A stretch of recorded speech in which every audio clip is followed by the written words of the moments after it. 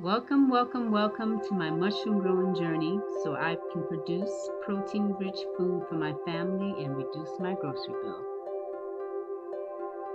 Hey y'all, it is Saturday, February 15th, and guess who decided to join the party? We have pinning on the last bucket. Oh my goodness. I was not expecting it to take this long. So we inoculated January 4th, and it's February 15th, and the fifth bucket finally pinned. So I'm looking at my notes, and to recap, so the first pinning on the first bucket was 119. The second bucket pinned on the 22nd. The third bucket pinned on the 30th of January. The fourth bucket pinned on the 2nd of February. And the fifth bucket pinned today.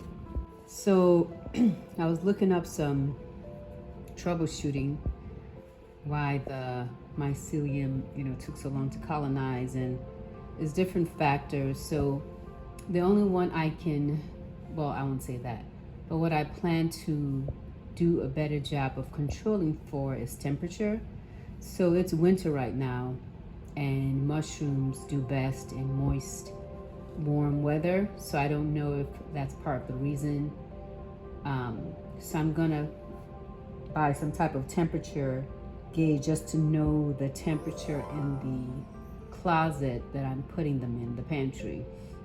I also saw something that says that they give off heat though, so you want to put them in separate places. But again, since it's winter, I don't know if that really applies. But I will look up specifically what temperature is best and do a better job of making sure the space that they're in is maintaining that temperature. I also don't know if maybe I didn't wait long enough for the straw to cool down when I was inoculating the buckets. So again, I will check the temperature of the straw before I start that process, because I may have rushed it. So those are two things I know to do for next time, and hopefully that will help in getting the pinning process to start faster. So I'm gonna, just to keep other things steady, I'm going to use the same grain spawn, which is the blue oysters from the same company, which is North Spore. I'm going to use the same company that I bought the straw from, and I can't remember whether it's Ace Hardware or Tractor Supply. I have to look back on my account. But yeah, those two things will maintain in the same process I used, which I'm going to record next time. So the changes will be in checking the temperature before I start putting the strawberries in the bucket.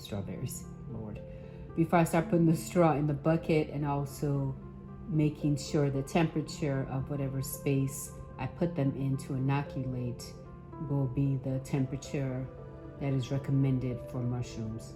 So praying for the next time around higher yields. Okay, so right now I'm gonna go ahead and take that tape off and spray and cover this bucket with a plastic bag.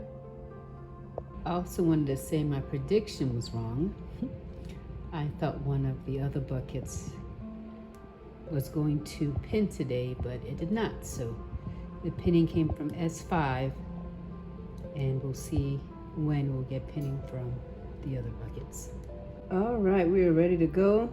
So the plastic bag is over the bucket that's been sprayed with water, and I've punched holes, I don't know if you can see, to get some fresh air exchange. So we'll see how much growth we get tomorrow. Okay, so it is Sunday, February 16th. I'm a bit frustrated. I finally got a chance to look up the issues I'm having while they're growing weird, and it's because they're not getting enough fresh air. So I'm just annoyed because I covered them up because they were drying out. Now the solution for the drying out is now causing another issue. Says what I looked up, too much CO2 That's why they're growing in with thick stems instead of the thick top parts, because they're not getting enough fresh air.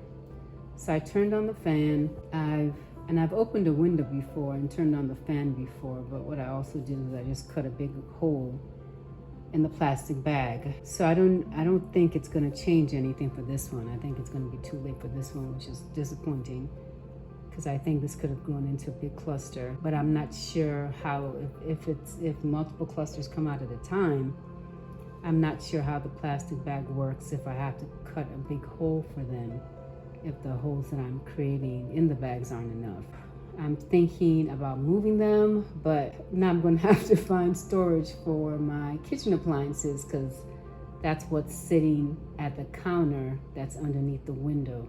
So I don't know if they need to, I'm thinking put them underneath the window so I can open the window so that they can get fresh air that way. But you know, you just wish things would be easier than what they actually are. They would be as easy as people make them out to be, but alas, that hasn't been my experience with a lot of things. So we got a lot of growth from yesterday, but like I said, it's not doing what I wanted to do, and also realizing that for me to get the meaty cluster that I want, and I think that's the only cluster that's going to work for making some type of steak like mushroom, because the ones that I did were thin once I seared them. So I think they would have to grow bigger to do what it is that I'm trying to do. And that's not going to happen if the circumstances stay the same. So I think the tent worked in terms of bringing humidity and moisture, but it created a problem for fresh air. So now I have to solve for that.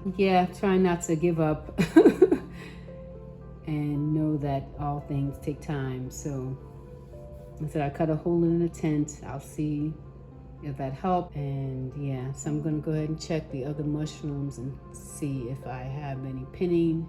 I check all the other buckets and we do not have pinning. Sprayed them, covered them up. And I'm going to decide now whether I'm gonna leave this here or leave these here or move them. All right, so that noise is the humidifier going, and the mushrooms are in their new home for now. So I have moved them to my countertop that's under my window. Part of the reason why I didn't want to make this move was because that means the appliances go on the other side of the counter, and that counter is in reach of my children. So we'll just see how that goes. I put away the appliances that I don't use regularly, but it doesn't make sense in regards to efficiency to put certain things away that I use every time I cook. So hopefully this can work. So the window is open a bit, so this will work best, during nice weather. It's cold, so I didn't want to crack the window open too much and then have another issue of them dying because they're freezing. So I'll leave the window open for the time being, and obviously close it before I go to sleep. So right now the mushrooms are again here under the window, that way they can get some fresh air. The humidifier is on. I have sprayed them with water, so we'll see how this new positioning does. Thanks for watching. Good morning. It is Monday, February 17th, and day 2 of the mushrooms' new location on the counter by the window.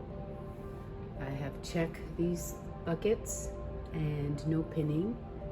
I sprayed them with water, covered them back up. And the 5th bucket, so this is the growth we have for what pinned. So yesterday I talked about how they were growing strangely because they weren't getting enough oxygen or fresh air exchange. So that's why I moved them here.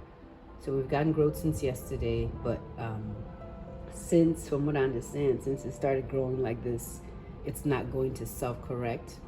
So this is what's going to come out. So I'm going to let it go another day, and then I'm going to go ahead and harvest it and hope for any subsequent pinning that this move will correct how they're growing and they will finally grow in a meaty cluster.